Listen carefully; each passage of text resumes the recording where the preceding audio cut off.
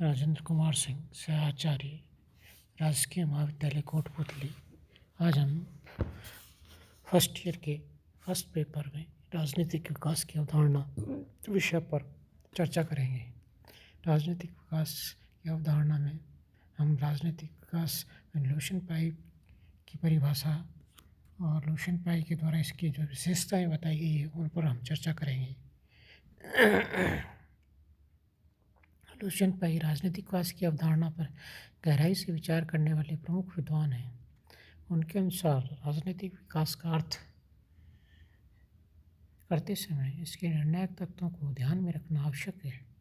उसके अनुसार हम राजनीतिक विकास को 3 स्तरों पर होने वाले विकासों के रूप में परिभाषित कर सकते हैं। नंबर 1, संपूर्ण जनसंख्या के संदर्भ में। इस दृष्टि से राजनीतिक विकास का अर्थ है कि राजनीतिक व्यवस्था की जनता की प्रकृति में कोई मौलिक परिवर्तन हुए हैं या नहीं, जनता व्यवस्था से उदासीन है अथवा सहभागी, जनता नौकरशाही पर निर्भर है अथवा प्रशासन में सहभागी आदि। अगर किसी व्यवस्था की जनता में अभिवर्तात्मक व्यवहारिक परिवर्तन हो जाए तो इस आधार पर राजनीतिक व्यवस्था को राजनीतिक दृष्टि से विकसित कहा जाएगा। नंबर 2, शासकीय और सामान्य व्यवस्थाई निष्पादन के स्तर में।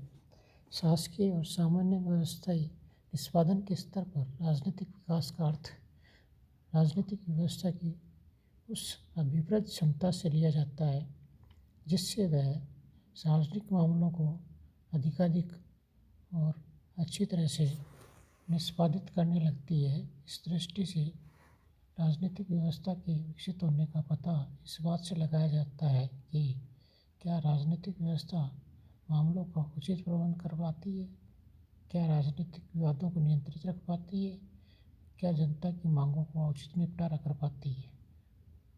नंबर 3, राजनीतिक के संगठन के संदर्भ में।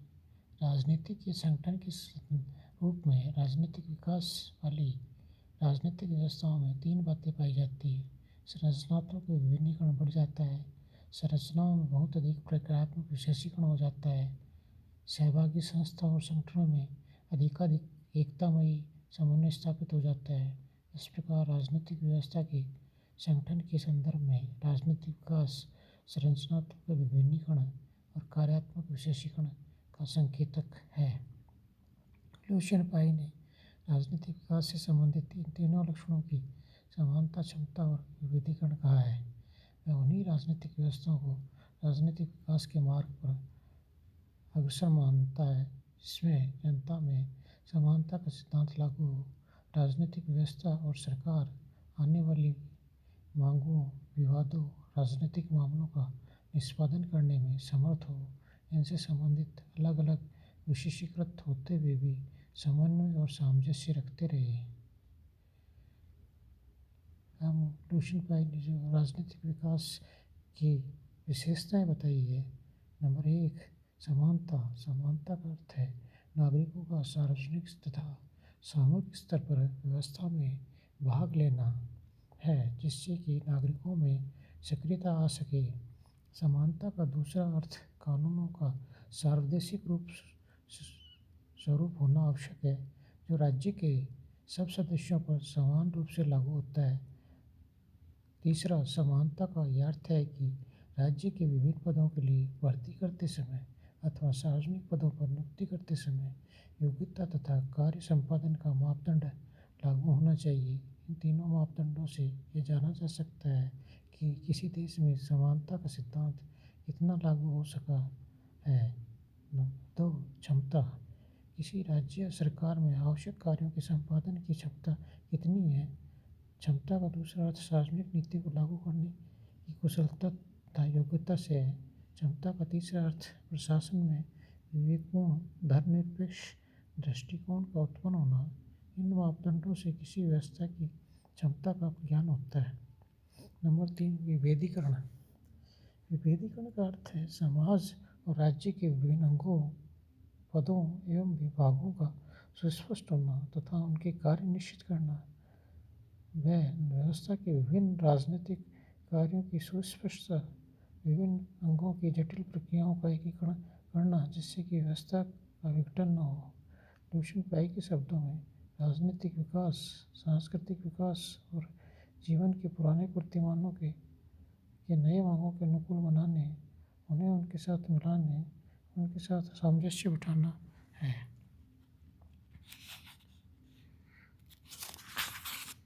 राजनीतिक विकास की विशेषताओं पर चर्चा करेंगे। ढोड के मतानुसार राजनीतिक विकास की 4 प्रमुख विशेषताएं होती है। समानता के प्रति ऐसी सामान्य भावना जिससे राजनीति में भाग लेने और सरकारी पदों के लिए प्रतियोगिता करने के समान अवसरों की अनुमति रहे। राजनीतिक व्यवस्था में नीतियों का निर्धारण और उनको क्रियान्वित करने की क्षमता हो। नंबर 3, राजनीतिक कार्यों का ऐसा विभेदीकरण और विशेषीकरण हो जो उसकी समग्र एकता की कीमत पर न हो। राजनीतिक प्रक्रियाओं का इस तरह लौकिकीकरण ही जिसमें राजनीतिक धार्मिक उद्देश्यों और प्रभावों से पृथक रह सके। आमंड और पावेल के अनुसार राजनीतिक विकास राजनीतिक संरचनाओं का अभिवृद्ध विभिन्नीकरण और विशेषीकरण तथा राजनीतिक संस्कृति का बढ़ता हुआ लौकिकीकरण है। आमंड पावेल मानते हैं संरचनाओं का विभिन्नीकरण इतना महत्वपूर्ण नहीं है जितना कि भूमिका का विभिन्नीकरण है। सोवियत संघ में संरचनाओं का विभिन्नीकरण पाया जाता है किंतु भूमिका का विभिन्नीकरण नहीं पाया जाता था। इस कारण आमंड पावेल 22 कदम आगे जाकर राजनीतिक विकास के लिए संरचनात्मक विभिन्नीकरण आवश्यक मानते हैं जो यथार्थ में भूमिकाओं का विभिन्नीकरण भी हो। उदाहरण के लिए किसी राजनीतिक व्यवस्था में कार्यपालिका की भूमिका का निष्पादन करे, व्यवस्थापिका या न्यायपालिका की भूमिका का निष्पादन नहीं करे तो इसको भूमिका विभिन्नीकरण माना जाएगा। पाई जिसे राजनीतिक व्यवस्था की क्षमता कहते हैं, आमंड पावेल उसे उपव्यवस्था की स्वायत्तता कहते हैं। इनका मत है कि भूमिका विभिन्नीकरण तभी संभव हो सकता है जब तक राजनीतिक व्यवस्था की उपव्यवस्था को स्वायत्तता प्राप्त नहीं हो। उपव्यवस्था की स्वायत्तता शक्ति के स्थान पर केंद्रण के स्थान पर विकेंद्रीकरण का संकेत है। उपव्यवस्था स्वायत्तता वाली राजनीतिक व्यवस्था में सारी मांगें सीधे एक केंद्र पर स्थित सरकार के पास नहीं आती। अन्य संरचनाओं तथा उपव्यवस्थाओं को स्वायत्तता प्राप्त होने के कारण उनके निर्णयों के रूपांतरण की व्यवस्था अनेक स्तरों पर हो जाती है। आमंड और पावेल ने राजनीतिक विकास की तीसरी विशेषता लौकिकीकरण को बताई है। लौकिकीकरण का संबंध सही रूप से संस्कृति से ही है। परंपरागतता से दूर हटने और धर्मनिरपेक्षता की तरफ समाज तभी बढ़ सकते हैं जबकि व्यक्तियों में समानता है जिसकी बात पाई ने राजनीतिक विकास की विशेषता के रूप में की है। किसी राजनीतिक समाज में लौकिकीकरण का संबंध लोगों की अभिवृत्तियों में परिवर्तन आने से है। अभिवर्तात्मक परिवर्तन समानता के साथ ही चलता है। राजनीतिक विकास के चरण। हंटिंगटन के अनुसार राजनीतिक विकास के 3 चरण या अवस्थाएं मानी जाती है। सत्ता की बुद्धि संगतता का स्तर, जिसमें अनेक स्थानीय सत्ताओं के स्थान पर एक केंद्रीय सत्ता का ही निर्माण हो जाता है। नए राजनीतिक कार्यों का विभिन्नीकरण, उसके लिए विशिष्ट संरचनाओं का विकास राजनीतिक विकास प्रक्रिया की दूसरी अवस्था है। अभिवृद्ध सहभागिता से जो परिसरीय सामाजिक समूह और समाज के भागों को धीरे धीरे केंद्रीय सत्ता में सम्मिलित करने का स्तर है। हंटिंगटन की मान्यता है कि विकास की यह प्रक्रिया तभी संभव होती है जब ये तीनों क्रियाएं क्रमिक रूप से उपलब्ध किए जाए, अर्थात प्रथम के बाद दूसरा और फिर तीसरा स्तर आ सकता है। उससे स्पष्ट है कि इन तीनों का एक दूसरे के ऊपर नीचे या साथ साथ प्रचालन घातक होता है और उससे राजनीतिक विकास नहीं, राजनीतिक पतन आता है। यह स्वीकार करता है कि तीनों एक साथ एक दूसरे के ऊपर प्रचालित हो सकती है, जैसा कि अधिकांश विकासशील राज्यों में हो रहा है किंतु उस अवस्था में यह विकास की घातक अवरोध अवस्था हो जाती है। आमंड ने राजनीतिक विकास की 4 अवस्थाएं मानी है। राज्य निर्माण का स्तर अर्थात केंद्रीय सत्ता का निर्माण तथा विभिन्न समूहों का केंद्रीय सत्ता के अधिकार क्षेत्र में एकीकरण होना।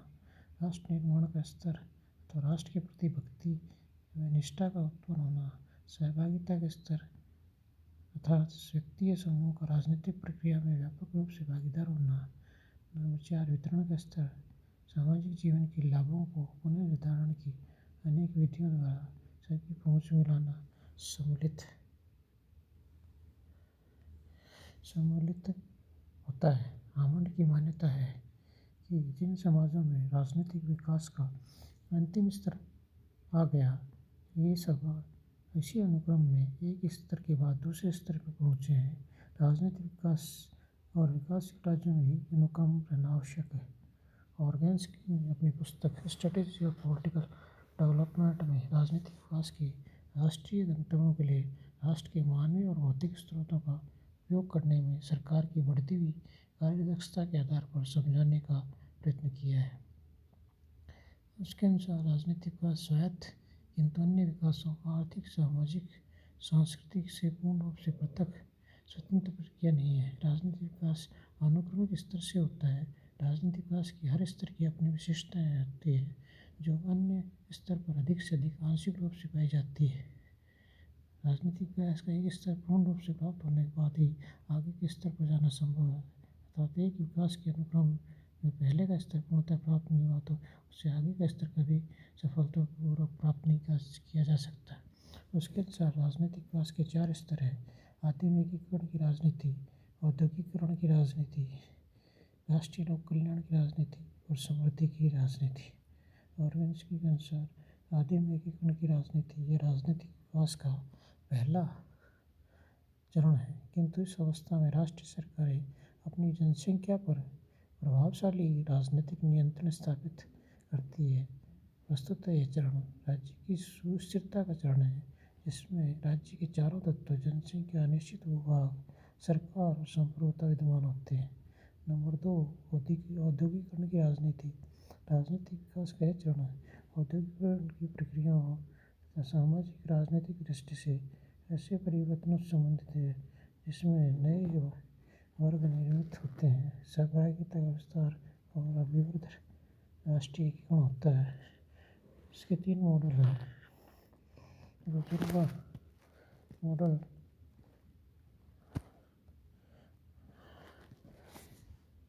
स्टालिन का मॉडल और समन्वयी मॉडल।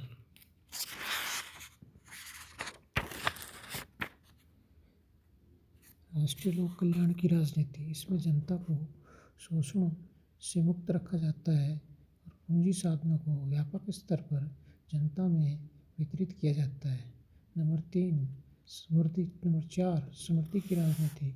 समृद्धि की राजनीति का स्तर जो आजकल अमेरिका, जापान, दक्षिण कोरिया आदि देशों में आने लगा है, यह स्तर वैज्ञानिक प्रविधियों और अत्यधिक परिष्कृत उपकरणों से अत्यधिक उत्पादकता का है, जिसमें हरेक के लिए वस्तुओं की सामान्य उपलब्धि रहती है। यह राजनीतिक विकास का सबसे जटिल अवस्था है। राजनीतिक विकास के विभिन्न मॉडल हैं। 2 प्रकार के प्रति मॉडल प्रस्तुत किए जाते हैं। एक को जारी रहने वाला मॉडल, दूसरे मॉडल को स्टेज मॉडल कहा जाता है। प्रथम मॉडल विकासात्मक प्रक्रिया को पृथक परिवर्तनों की श्रृंखला के रूप में देखता है। दूसरा मॉडल विकास के विभिन्न चरणों पर आधारित होता है, जो विभिन्न अधिक लाभदायक सिद्ध होता है, जिसमें एक मंजिल से दूसरे मंजिल के संकरणों के लिए स्पष्टीकरण वाले एक ही कारक का प्रयोग होता है। आपस में संबंधित कारकों को एक ही विचार के अधीन लाने का प्रयत्न किया जाता है। इन 3 चरणों का इस मॉडल के अधीन वर्णन किया जाता है। परंपरागत चरण है।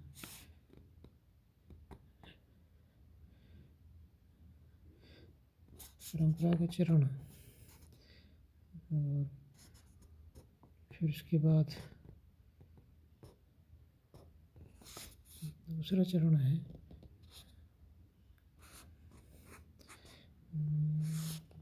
तीसरा आधुनिक चरण विकसित चरण है।